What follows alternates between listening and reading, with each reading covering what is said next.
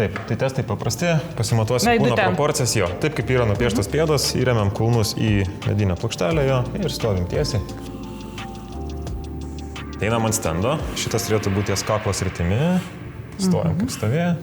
Gerai, dabar visiškai tiesiai stovim, ramiai, tai į krūtinkaulio viršų atremsim šitą.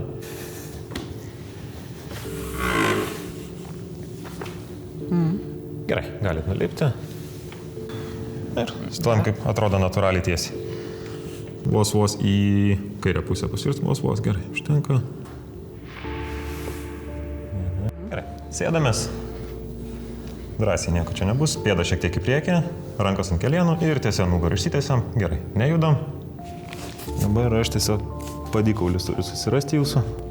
Jos užsuktos vienodai, tai nėra blogai, bet jos yra užsuktos jums per aukštai. Tai šiek tiek yra labiau minimas pirštų galais negu pėdos centru ten, kur turėtumėt minti. Tai sėdam ant dviračio.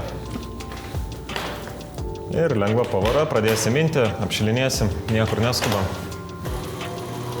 Šiaip labai sėdit išsitempus. Tai kad yra nugaros skausmai tikrai nenuostabu. Nes aš anksčiau sėdėjau stačiau, bet aš tada darydavau rankas. Jos man įsiremdavo ir man tirpdavo šitą alkūnę. Čia pernai. Taip.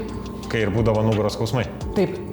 Visą laiką važiuojat tokioje pozicijoje ar naudojat kokias nors agresyvesnės ar dinamiškesnės sėdėsenas įvažiuojat? Nu, būna va taip. Už apačios, ne? Gerai, važiuojam visą laiką, sukam pedalus. Būna taip važiuoja.